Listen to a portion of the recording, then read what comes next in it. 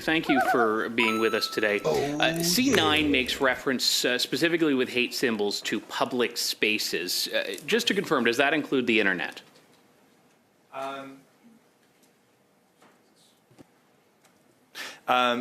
Generally speaking, the law will apply equally online as it does in real communities. So this bill will affect what people can say and write on the internet? Just in the limited circumstances where there is the willful promotion of hatred against It will apply someone. to the internet. The internet is within the jurisdiction of... It would be possible that someone could commit a hate crime on the internet, certainly. So, building off of Mr. Baber's points about the lower threshold for the definition of speech, there is, under this law, assuming Bill C9 passes, something that might not be legal to say today on the internet.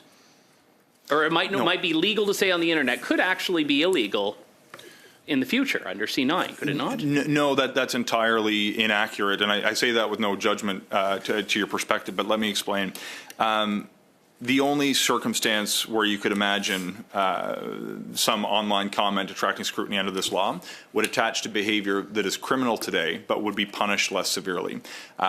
The symbols piece that you pointed to, for example, is attached only to the willful promotion of hate. This is not a blanket symbols ban. The willful promotion of hate is a crime today, but we want to recognize a distinct charge where that same behavior uses certain symbols of hate to bring a higher degree of culpability. So there is no new human behavior that would attract the scrutiny. I understand, but I'm building off of the discussion earlier on the definition. Is your view that the change in wording, and there was a change in wording, you made a deliberate decision to change the definition that was spelled out in Keekstra and reaffirmed in Watcott. Is your view that your definition in C9 will not capture anything beyond what is currently captured right now by the hate definition? The definition was an attempt to codify, and the reason that there was a... This is a yes or no question, Minister.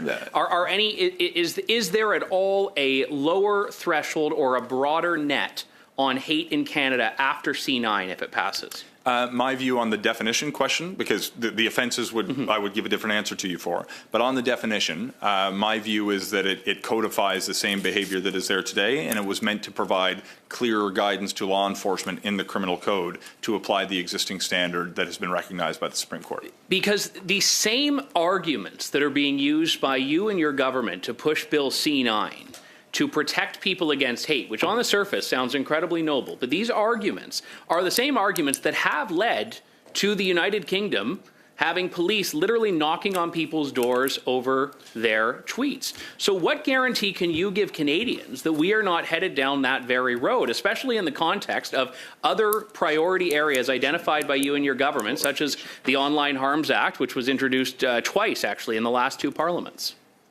This legislation is not identical in kind to the reforms that have been put in place in the UK, and we've actually looked at their experience and see that there are real challenges with how it's played out. For example, we've got a different approach where some jurisdictions around the world have adopted a more blanket glorification that could attract the scrutiny of a liking a Facebook post, for example, and we chose a different path. We instead tried to be very clear that we would not interfere with the charter rights of Canadians to freely express themselves, but at the same time make it easier to lay charges where hate crimes are committed today. To the extent that you think there is a better way to clarify and codify the existing definition, do know that I believe in Parliament, and I don't care which party comes forward with these amendments. If it creates multi-partisan buy-in to codify the test, that's okay by me. Can you guarantee that if C9 passes, no Canadian will end up being charged because of something they've posted on Twitter or Facebook? Well, if they commit the crime of willfully promoting hatred against another person. A crime with a definition that you're changing. So, but it's possible that they could be convicted for what they willfully promoting hate online today. So certainly I would hope if someone commits a crime in the real world or online that they would face the appropriate criminal penalty if in fact it's captured by the code. We had in my riding a very disturbing case a few weeks ago where someone had mowed a swastika, a Hakenkreuz I should say, into their lawn and was charged under the existing criminal code definition. They displayed a symbol. It was found to be willfully promoting hate. Law enforcement and the Crown agreed that they could lay that charge. So why is your bill at all necessary when we already have existing powers, which, to Mr. Housefather's point earlier, are simply not being enforced as often as they could be? This is an important question. I'll answer it very quickly.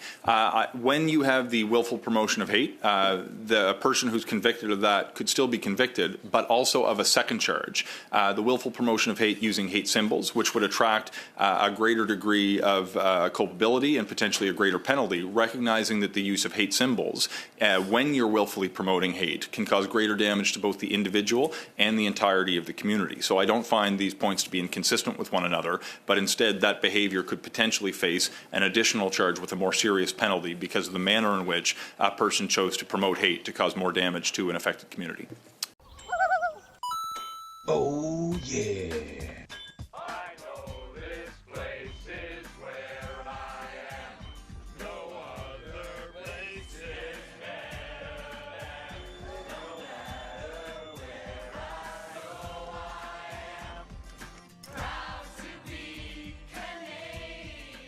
Well, housekeeping matters before we pick up where we left off. I'm not going to read through all of the usual pieces before we get going. People know, I was going to say people know how to behave, but maybe I won't say that. But I do want to say thank you to our witnesses for joining us again and for being so incredibly patient the other night, because it was a long night. And I expect nothing different today, frankly, so I'll say thank you in advance. So I do have a speaking list, which I've carried over from last time. Ms. Latanzio, did you had your hand up for something? Sorry. I'll get to the speaking list in a minute. Thank you, Mr. Chair. So as we begin our day today, the meeting has been scheduled from 8:30 to, I believe, 4:30 today to pursue our study on Bill C-9, which is the Combating Hate Act. Mr. Chair, I just want to say that I hope that today we will be able to finish our clause by clause. There aren't many articles left. Canadians have asked us across the country to be able to come up with legislation to be able to tackle the issue of hate in this country. And so I sincerely hope that we'll be able to get through it. As you've witnessed in the last meetings, Mr. Chair, there have been interventions nonstop. And quite frankly, there has been quite clearly a lot of filibustering around this bill for reasons beyond my comprehension. But I also want to mention that I hope that today the members opposite will, you said in terms of comportment and behavior, I sincerely hope, because I do not want to have what happened at the last meeting in terms of issuing out insults and making fun of members on this committee. So I sincerely hope that decorum will be maintained today. Thank you. Thank you. Thank you. Well, I'll get to you. Can I just say something off the top? Look, things got a little bit messy in the last part of the last meeting. I've spoken with a number of you individually. I don't want to have to cut people off. I don't want to have to take the floor away from people. We can stay here for days and days and days if people wish. All I'm asking is that people respect everybody else around the table. I don't want any name calling. I don't want any nonsense about people sitting beside people. Just cut all that stuff out, please. That's all I'm asking. It'll make my life a whole lot easier. It'll make yours a whole lot more enjoyable. And anybody who happens to be watching will have a whole lot more respect for all of us. So that's my ask for the day. I hope I don't have to discuss this again at any point. Mr. Brock, you had a point of order? Yes. I recognize that I am not first to be recognized for substantive comments, but this is more of a housekeeping, scheduling issue. I believe the original notice that I read yesterday had us going to 5:30 today. Ms. Latanzio indicated 4:30, so I'd like clarification on that, Mr. Chair. I'd also like clarification as to whether or not we are sitting tomorrow. I would like clarification if we are sitting all of next week. I would like clarification if we are sitting the following week right to Christmas Eve.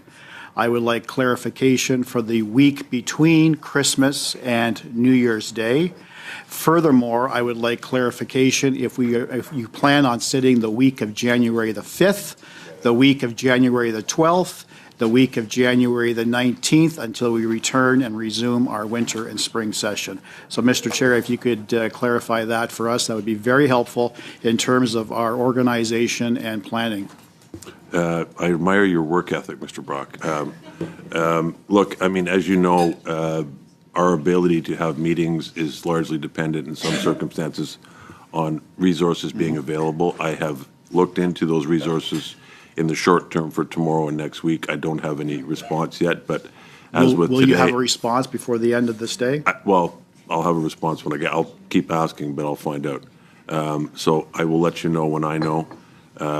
Just so we're clear, yesterday I had resources available for 3 hours, but because of other events that were taking place, I thought it would be nice if we didn't have a meeting, and I've explained that to some of you. I hope that people respect that. But, Mr. Brock, I will find out. I've made the inquiry, and Okay. I'll let people know. I just want to put on the record Yeah, no, I that understand that the people want- Conservatives are prepared to sit every single day, if necessary, to defend my holy Bible and other holy books that are around this table. I will never stop that pursuit. Mr. Brock, I'm glad you brought that Bible because it's my Bible, too. Good. I was born and raised, and I'm a proud Catholic. And I think everybody around this table has strong religious beliefs, and we all share that sentiment. So, speakers list. Where did that go on us? I think Mr. Gill was first. No, I have the list from last time. Mr. Gill had.